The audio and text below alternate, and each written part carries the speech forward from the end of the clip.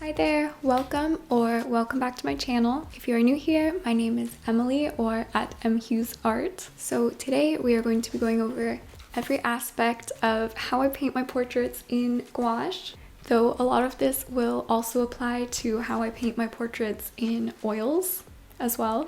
I've gotten loads of comments of people asking me if I could show my process and explain it. So that is what this video is going to be. Giving the people what they want, and we are going to go over everything from supplies, the colors I use, how I choose a good reference because a good reference is everything, to how I mix my skin tones so that they're not muddy, how I first sketch out the head with accurate proportions, and of course how I paint the actual portrait. So this is going to be quite the lengthy video, I believe. So I really hope you enjoy. I hope you learn something. I will definitely add timestamps. So that is enough talking for sure. Let's get into the video.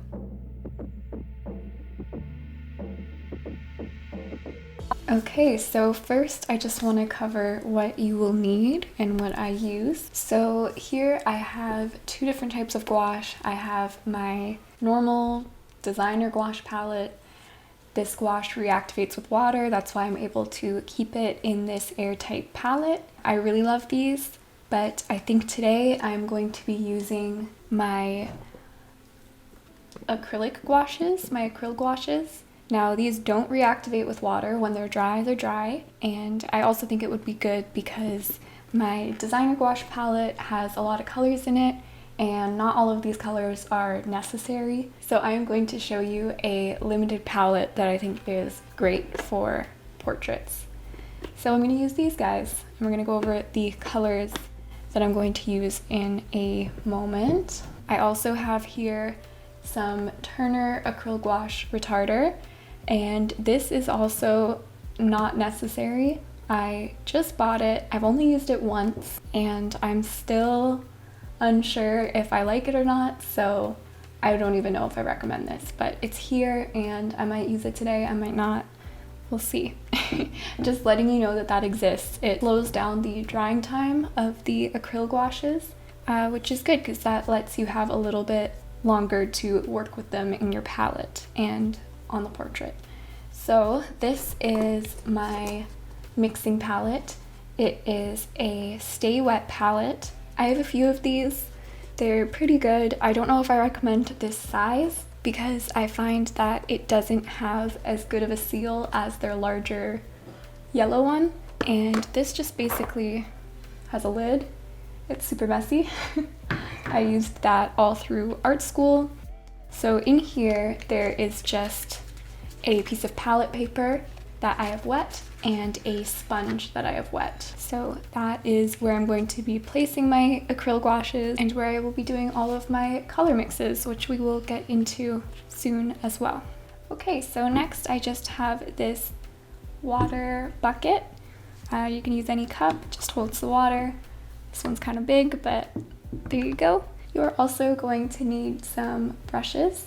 I would recommend synthetic soft hair brushes for gouache. I really like flat brushes. I would say that is one of the reasons my portraits have the look that they do, is because I use these flat brushes to sculpt the face and the planes of the face. So you can try them out and see if you like it as well. You're also going to need paper. I'm just going to be painting in my Moleskine sketchbook that I'm using for the 100 heads challenge because we gotta do more heads. But this paper is really great for gouache, I have found, so definitely recommend that. And lastly, you are going to need some paper towel just to clean your brushes between colors. You won't want to have a lot of water on your brush for most of the painting, so good to have. Okay, let's get into paint colors and setting up the palette. This is a basic palette that I would recommend if you are painting portraits and mixing your skin tones. You can really get any color that you want out of these guys. First, a titanium white. I would also recommend having a cool yellow and a warm yellow. So the cool yellow is going to lean a little bit more towards blue, and the warm yellow is going to lean a little bit more towards red. So here I just have Permanent Lemon and Permanent Yellow Deep. In oils, I would probably use a cadmium yellow for the warmer yellow, but this is what I have in gouache and these will work great. I'd also recommend having a warm red and a cool red. So this is Permanent Scarlet and this is Permanent Red. So the Scarlet leans a little bit more towards yellow and the Permanent Red leans a little bit more towards blue. The camera really isn't picking up the difference in hue here, but in person it is a little bit more obvious.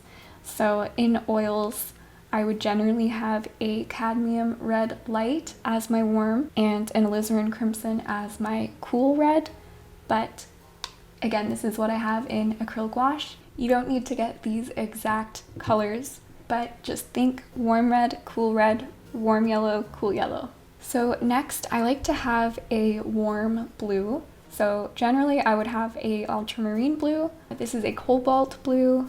So this is a warm blue because it leans more towards red than it does towards, yellow and green. Like I said, in my oil palette, this would always be ultramarine blue. You can definitely buy an ultramarine blue gouache or acrylic gouache, but I have this cobalt blue, so this is what I'm going to use. Next, I like to have a couple earth tones. So this is burnt sienna, which I find I use a lot in portraits. It's often also what I use for my underpainting. It gives a really nice warm glow from underneath a portrait. So definitely recommend burnt sienna. I use this in oils as well.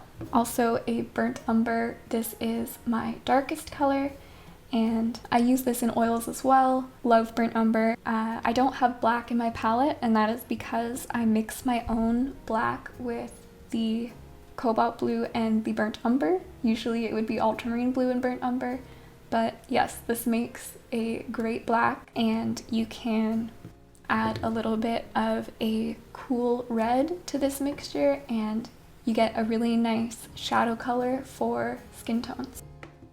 But I will go more into that later when I talk about color mixing. So this is the basic palette that I would recommend. A bonus color that I really like to have in my portrait painting palette is a pale purple.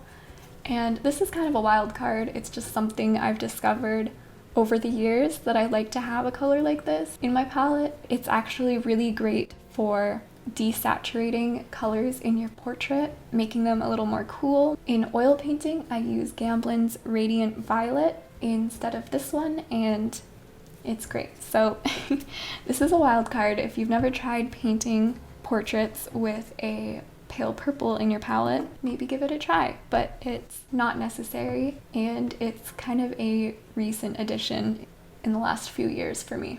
I'll leave that there. You can pause if you want to write these down. Like I said, they don't have to be these exact colors, but this is generally the colors that you're going to want to look for.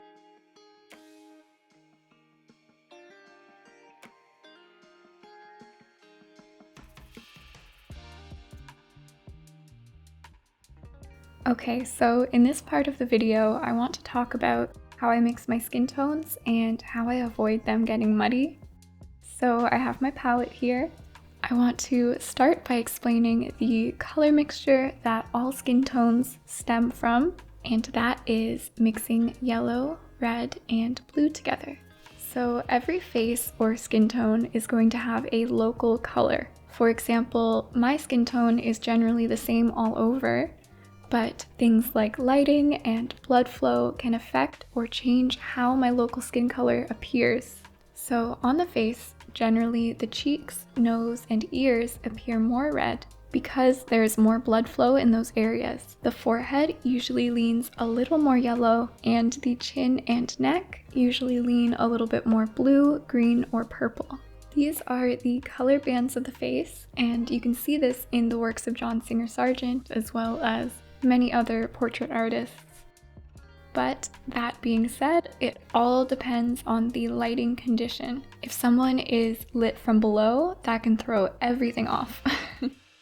But that is generally what I'm thinking about when I go to paint a portrait.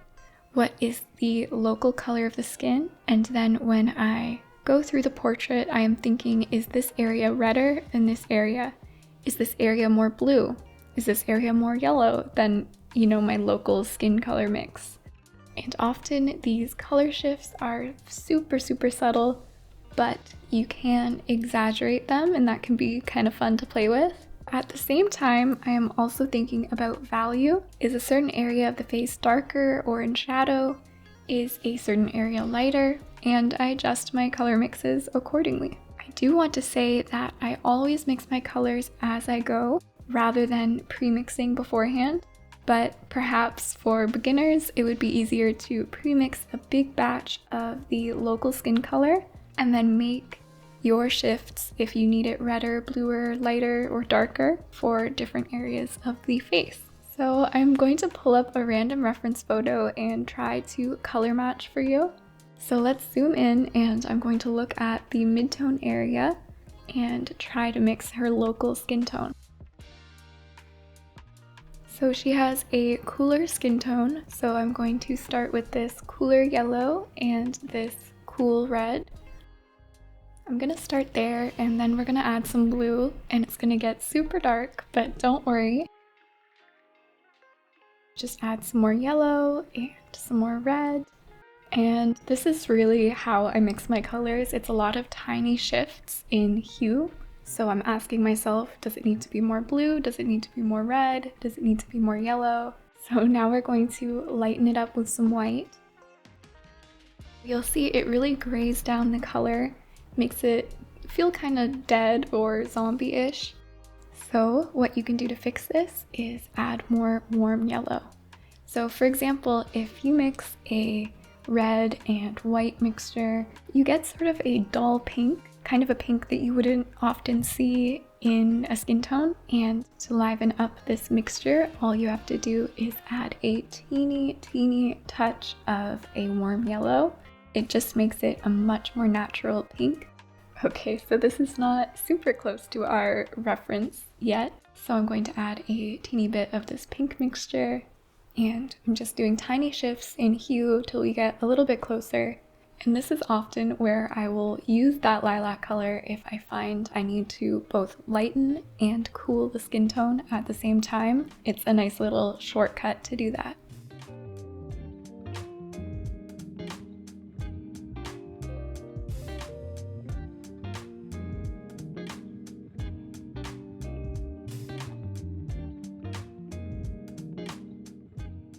Okay, so I'm fairly happy with this as our local color, and all you have to do is add some white for the highlights and the lighter areas, and if you need to darken it, you can add some burnt umber, the cobalt blue, and a little bit of the cool red, and you just shift these depending on if the particular shadow is warmer or cooler.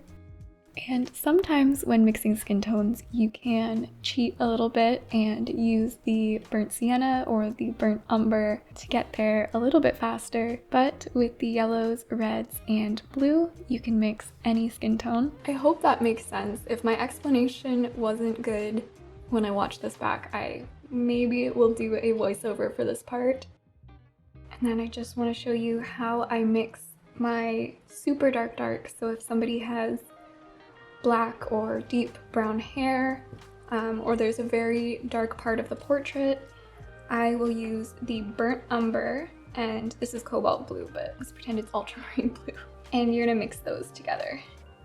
And you're gonna get a pretty nice chromatic black. And now what I'll do if there is a dark part, say around the nose, there's a shadow, or around the eyes, skin is not going to be this cold, it's going to be very warm. So what you're going to want to do is add the cool red, and then you have a much warmer shadow color. So around the nostrils, around the ear, around the eye, any shadows are going to be fairly red. So this is kind of a color mix that I would use. Okay, so I'm going to go over quickly how I choose a reference for a portrait. A good reference really makes a huge difference I'll go over kind of why I think so. I made a Pinterest account that you can go and follow if you want, and it's where I post pretty much all my references for my videos. I have a board of the 100 heads references that I have been using. I'm just gonna go through some and show you what I think makes a good reference. A photo like this would make a great reference for a value study portrait because you have lots of really interesting shapes. It's great to have a light source that is coming in from one direction because it will make the features of the face more apparent. The reason that a lot of sort of magazine model photo shoot photos aren't the best is because they are lit so perfectly from all over so that their faces are very smooth. They usually look amazing as photographs, but they aren't the best to paint. So I'm going to try and find an example of this. Okay, so an example of a reference I wouldn't use is this one. I could totally see a lot of people using a reference like this, but for me, I wouldn't choose it because of the lighting. If you are a beginner, I would say that this would be pretty difficult because she is lit so well from the front. Her features aren't really defined.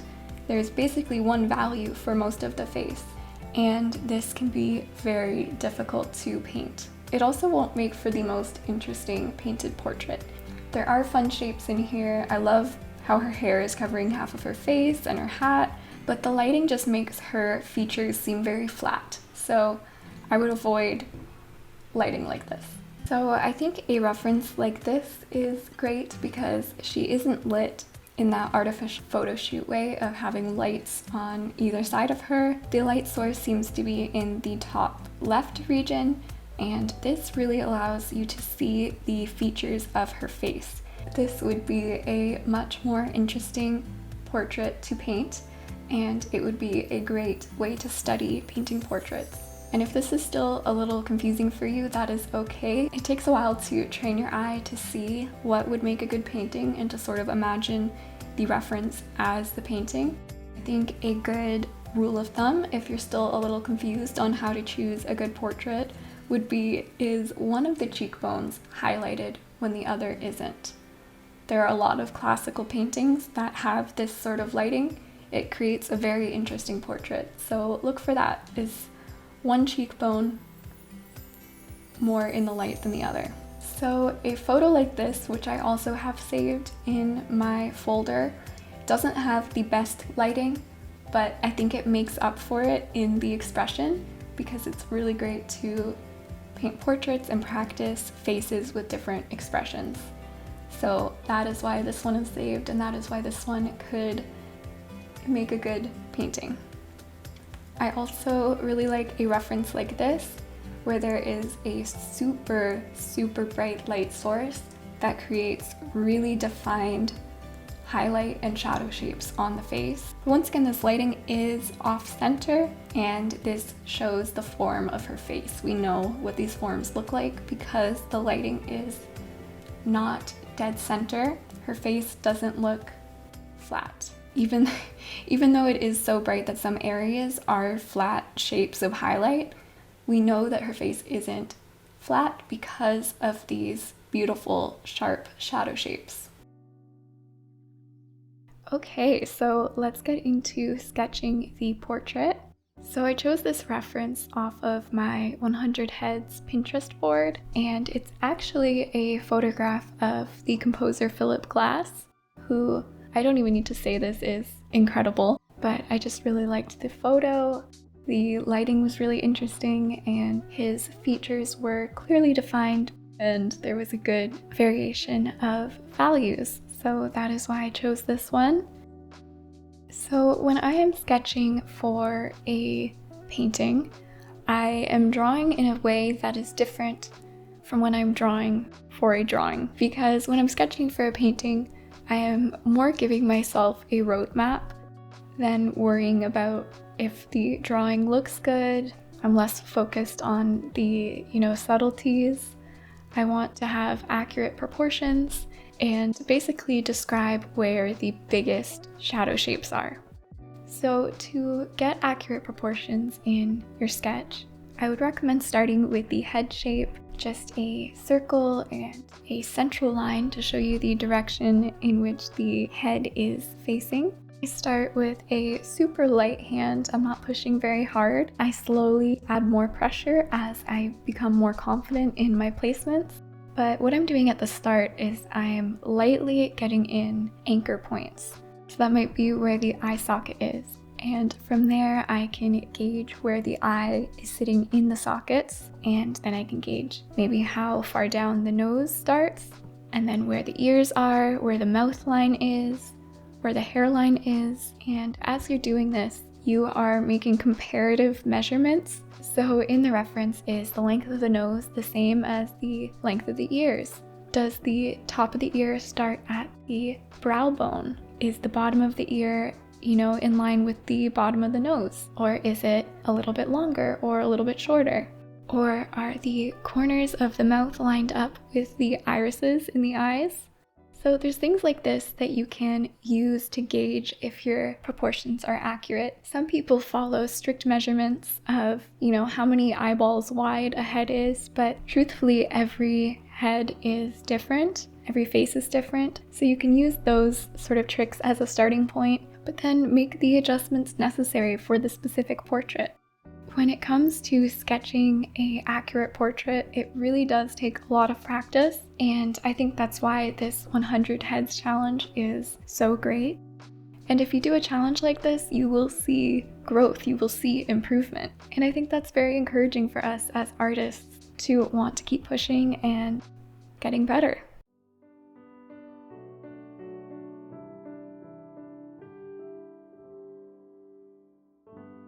Okay, so let's get into painting the portrait. Okay, what I'm gonna do is I'm going to mix a nice, warm, darker color and start to get in the darker areas of the face.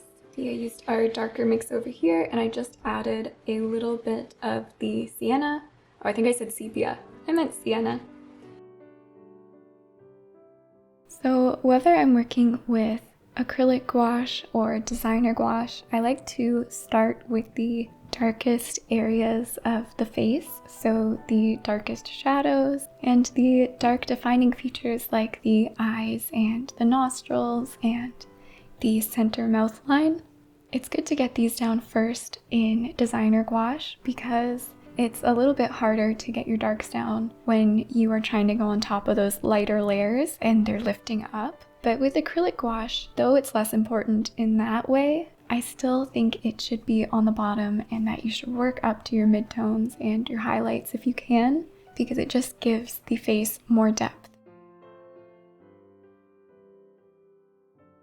So the center line of the mouth is pretty much never a straight line. It depends on the person, but it's usually lower on the two corners and in the center. The outer corners are also usually the darkest point of shadow in the mouth. So I will add a little bit more of my umber and blue mixture to these points.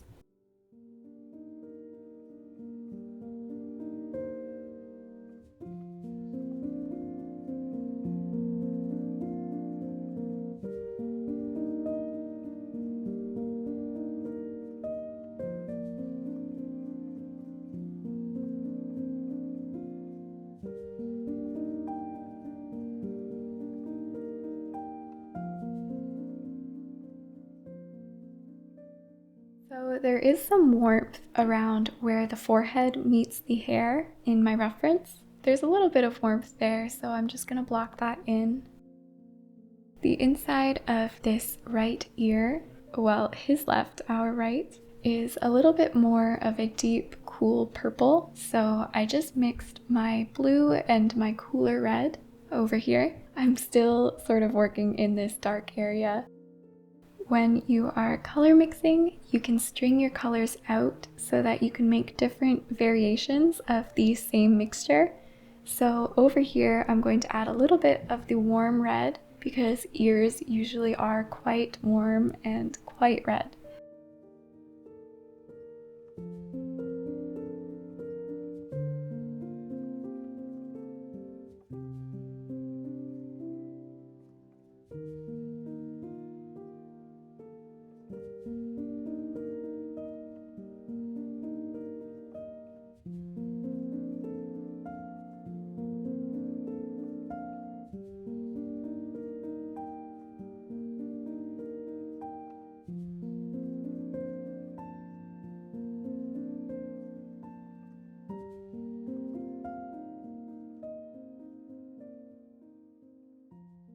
So right now I'm mostly putting in our shadow shapes, and while I'm scanning the reference, I'm thinking, is this shadow redder? Is this shadow bluer?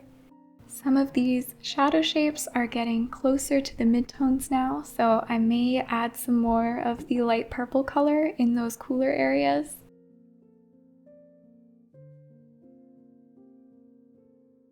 Right now, I'm mixing a mid-shadow color for this side of the nose, this plane. So I'm using this lilac color, and then I'm going to use a little bit of the sienna, and that pretty much made the exact color I wanted. A lot of this is really just practice, doing a lot of paintings, and therefore doing a lot of color mixes. Eventually your brain gets better at seeing two colors and knowing what the outcome is going to look like. You might know the general color, okay, that's going to make a purple, but is it going to be a muddy purple or is it going to be a vibrant purple?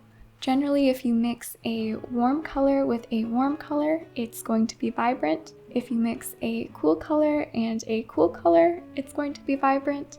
But if you mix a warm leaning color and a cool leaning color, it's going to be a little less saturated.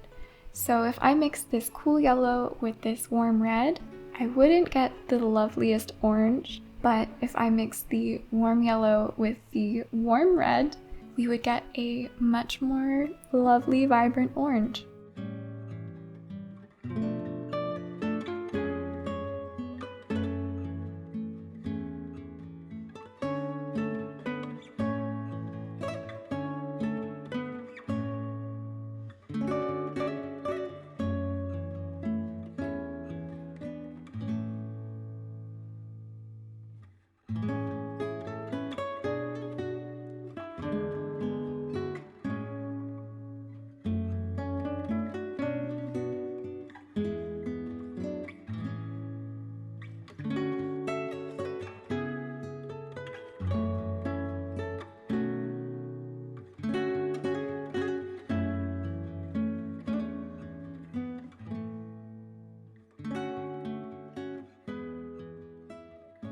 Throughout the entire portrait painting process, you are making choices.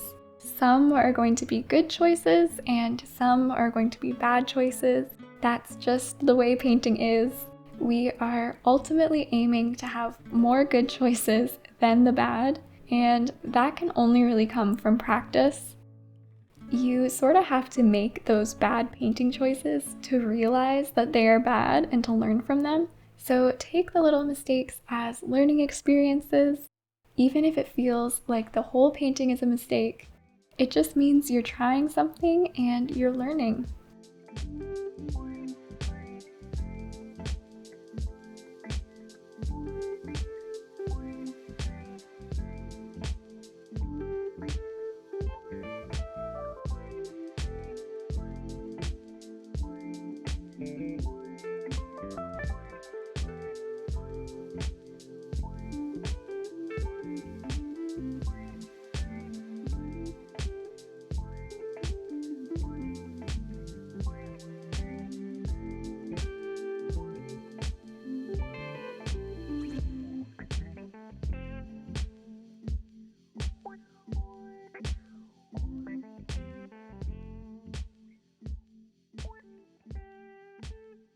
So you maybe noticed in the start of the video that I have this Turner acrylic retarder, and I did end up using it, I want to say maybe halfway through the portrait, and I actually really liked it. I think the first time I tried using it, I maybe used a little too much, and I didn't like how watery and thin it made my paints feel.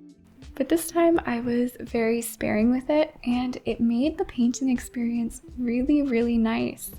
It almost felt like I was painting with my oils using the alla prima or wet on wet technique, so I'm definitely going to keep using it in the future. You can't use this with designer gouache, but there are mediums for designer gouache, blending mediums, that I believe will make it feel very similar to this.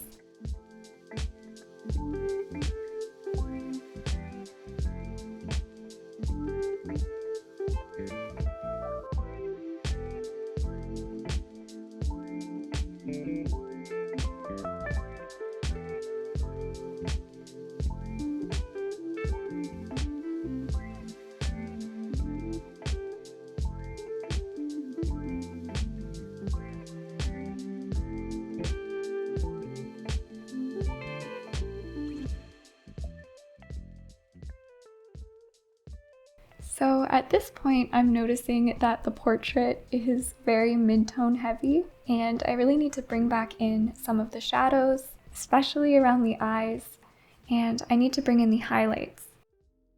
I try and leave the highlights to the very end.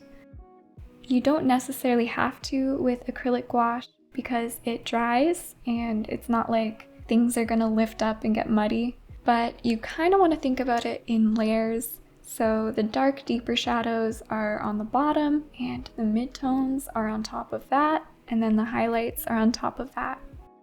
One thing I want to say, and I think this is a nice little tip, is to add bright pops of red in a portrait, the warmer red, and that's just because around areas like the eyes and the nostrils, definitely the ears, you will get these moments where light actually shines through the skin.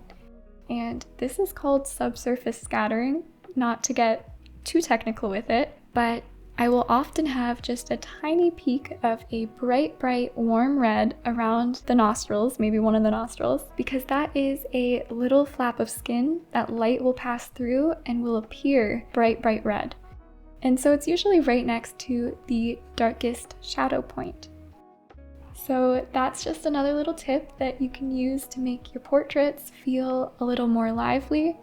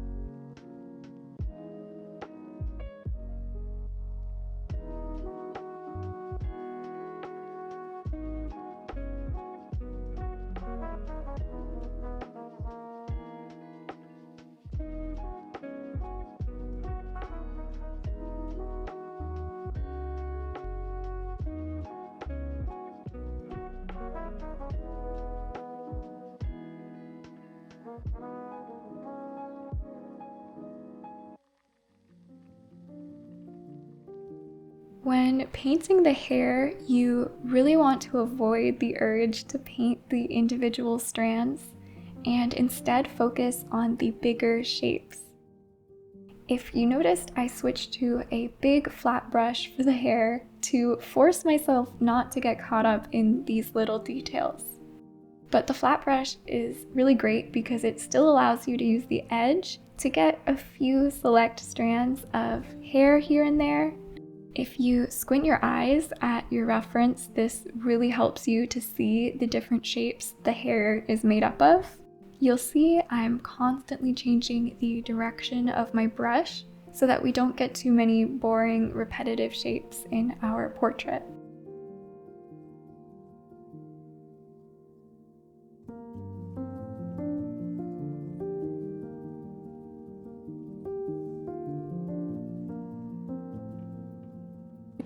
Okay, so I think I am done with this gouache head study. It's not perfect. There's a few areas that kind of bug me about it, but I think overall it's a pretty good, study of his face.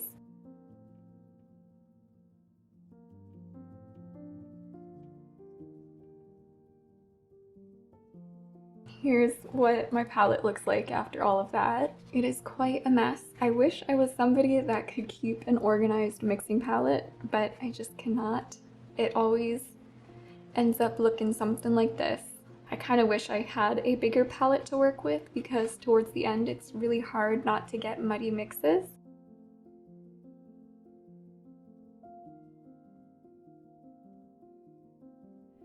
Okay, so that is it for this very long video. I'm actually starting to lose my voice from doing the voiceover. I really hope you enjoyed. If you liked it, it would mean a lot if you gave it a like. And if you want to see when I post next, you can subscribe.